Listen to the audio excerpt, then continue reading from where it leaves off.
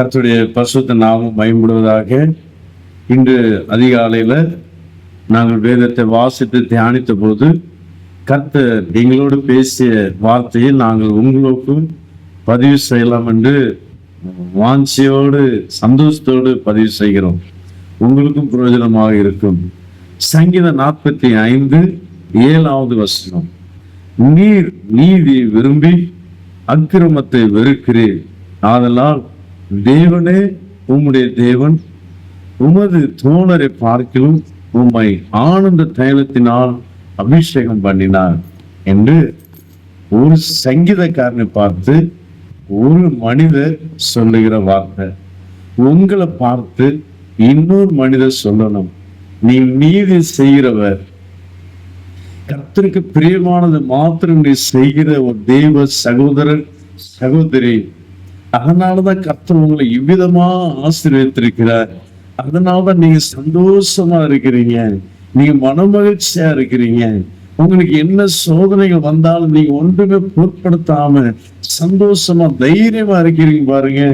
இதெல்லாம் கர்த்தர் உங்களை ஆனந்த தைலத்தினால் அபிஷேகம் பண்ணி இருக்கிறாருங்க. எப்படி பண்ணிருக்கிறாரா? தோழரை பார்க்கலாம், நம்முடைய நண்பர்களை பார்க்கலாம், நம்மளை ஆனந்த தைலத்தினால் அபிஷேகம் பண்ணிருக்கிறாரு. அநேக கிறிஸ்தவ குடும்பங்கள்ல விதமான போராட்டம், பிரச்சனை, சின்ன ஒரு போராட்டம் வந்துச்சுன்னா உடனே நாம் என்ன செய்து விடுகிறோம்? சோர்ந்து போய் விடுகிறோம். நம்முடைய முகங்கள் மாடி போய் விடுகிறது. ஏங்க என்னாச்சுங்க, என்னாச்சு, ஏன் சோர்ந்து போயிருக்கிறீங்க? எனக்கு அருமையான தேவனுடைய பிள்ளை, அப்படி கேட்கிற வண்ணமாக நம்முடைய முகத்தை மாற்றி கொண்டுகிறோம். ஏன் நம்ம முடியல, சந்தோஷமா இருக்க முடியல. எனக்கு அருமையான தேவனுடைய பிள்ளை, நீதியை விரும்பணுங்க. நீதி விரும்புகிறவர்கள நாம் இருக்கணும். சங்கீதக்காரன் என்ன சொல்றாருன்னா, சங்கீதக்காரன் எப்படி இருந்தாருன்னா, அவரோடு கூட இருந்த சகோதர சாட்சி, நீ நீதி விரும்புகிறவரையா, அக்கிரமத்தை வெறுக்கிறவரையா நான் பார்க்கிறேன்னா, அதனாலதான் உம்முடைய தோழரை பார்க்க, உம்முடைய நண்பரை பார்க்கிறோம். கர்த்தர் உம்முடைய தேவன் ஆனந்த தைலத்தினால் அபிஷேகத்தை வைத்திருக்கிறாருங்க. அவர் சாட்சி சொல்லுகிறார். அவரோடு கூட இருக்கிறவர் சாட்சி சொல்லுவாங்க. எனக்கு அருமையான தேவனுடைய பிள்ளை, நாமும் அப்படிப்பட்ட ஒரு சாட்சியா ஜீவிக்கணும்னா நீதி கிரியைகளை நாம் என்ன செய்யணும்? தொடர்ந்து செஞ்சுட்டே இருக்கணும். கவலைப்படாதீங்க. ஒருவேளை நீ நீதி கிரியைகளை செய்து கொண்டே இருக்கலாம். அது என்ன நீதி கிரியைகள்னா என்ன என்பது நான் உங்களுக்கு சொல்ல விரும்புகிறேன். ஏன்னா நீதி கிரியை விரும்பணும் சொல்றீங்க, அது என்னன்னு எனக்கு தெரியாத பாஸ்டர், சொல்லி கொடுத்தீங்கன்னா நாங்க செய்யறதுக்கு முயற்சி பண்ணலாம். என்ன குடும்பத்துல இருக்கிற பிரச்சனை பெரிய பிரச்சனையா இருக்கு, எப்படியாவது சந்தோஷமா நாங்க இருக்க பிரயாசப்படுறோம், விரும்பலாம் இல்லையா? எசேக்கியேல் 18வது அதிகாரம் 6வது வசனத்திலிருந்து நீ வாசித்து பார்ப்பீங்கன்னா அது அநேக சுபாவங்கள், அநேக கிரியைகளை பற்றி போட்டிருக்கு. நீதிமானுடைய கிரியைகள் என்ன என்பது பட்டியல் விவரமா சொல்லப்பட்டிருக்குதுங்க. அதுல ஒவ்வொன்றா நாம் செய்ய நிறைவேற்றி ஒவ்வொன்றா செய்யணும். செஞ்ச பிறகு டிக் பண்ணிடணும், இது என்னுடைய வாழ்க்கையில இருக்குது, இது என்னுடைய வாழ்க்கையில இருக்குது. நீங்க படிச்சு பாருங்க. ஸ்டார்ட்டா உங்களுக்கு மெசேஜ் கொடுக்கணும்னா நான் விரும்புறேன். ஒன்னு நாள் படிச்சு அதை விளக்கமா சொல்லணும்னா 4-5 மணி நேரம் இருந்தாலும் போதாது. இந்நாட்கள்ல அநேகர் ஷார்ட்டாத மெசேஜ் கேட்க விரும்புறாங்க. அதனால ஷார்ட்டா நான் உங்களுக்கு போட விரும்புகிறேன்.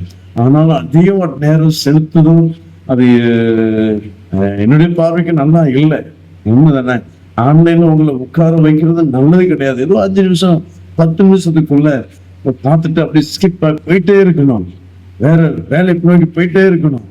எப்போ மணி கணக்கா நம்ம ஆன்லைன்ல இருக்கிறதும் தப்பு. ஆண்டவர் இருக்கிறார். ஹல்லேலூயா. ஆனால் நான் ஏன் மூலமா நீங்க உட்கார்ந்து இருக்கா பார்த்தீங்களா, அது பெரிய பாவமா மாறும். அது ஒண்ணு. எனக்கு அருமையான தேவனுடைய பிள்ளை. அதனால நம்ம என்ன செய்யணும்னா அந்த வசதி நீங்க வாசித்து பாருங்க. பைபிள் மணிக்கணக்க உட்கார்ந்து வாசிக்கலாம், நீ தியானிக்கலாம். உங்களோட ஆண்டு பேசுவார், நோட்ல எழுதுவீங்க, ஒவ்வொன்றும் எழுதுவீங்க. இந்த நீதிக்கிரை என்னுடைய வாழ்க்கையில இருக்குது, இது இல்லை நான் செய்யணும், இந்த வாக்குல செய்ய படிக்கணும். ஒன்னொன்னா செஞ்சு பாருங்க.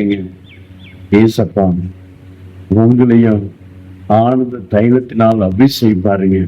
ஒருவேளை நீங்க செய்து கொண்டிருக்கலாம், ஒருவேளை நீ அந்த எல்லா நீதியின் கிரியைகளும் உங்களுடைய வாழ்க்கையில இருக்கலாம், ஆனாலும் சந்தோஷம் இல்லையே, சமாதானம் இல்லையே, ஒரு குணம் இல்லையே, ஒரு நிம்மதி இல்லையே.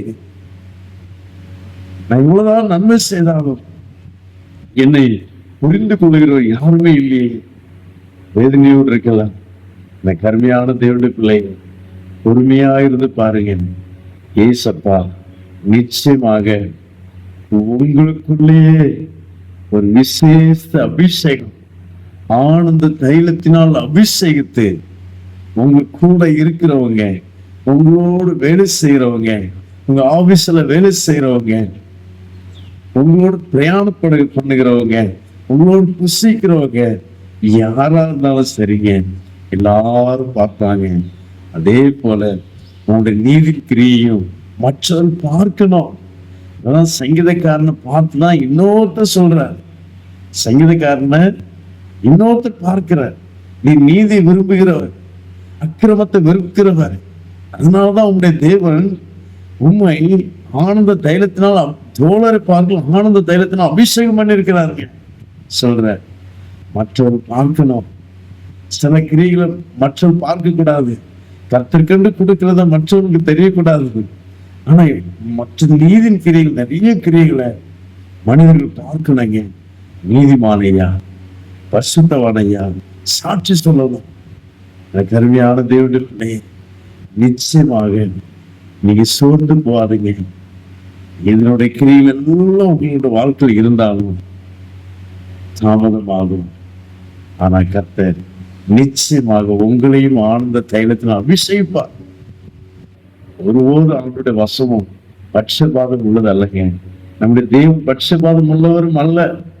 அவர் நிச்சயமாகவே அவர் நம்ம எல்லாருக்கும் ஒரே விதமாக ஆனந்த தைரியத்தில் அபிஷேகிக்க விரும்புகிறார். நிச்சயமாக கர்த்தர் உங்களையும் அபிஷேகிப்பார். சோர்ந்து போகாதீங்க. நிச்சயமா நீங்க சந்தோஷத்தை பெற்றுக்கொள்வீங்க, சந்தோஷமா இருப்பீங்க, ஒரு விசேஷ அபிஷேகத்தை பெற்றுக்கொள்வீங்க.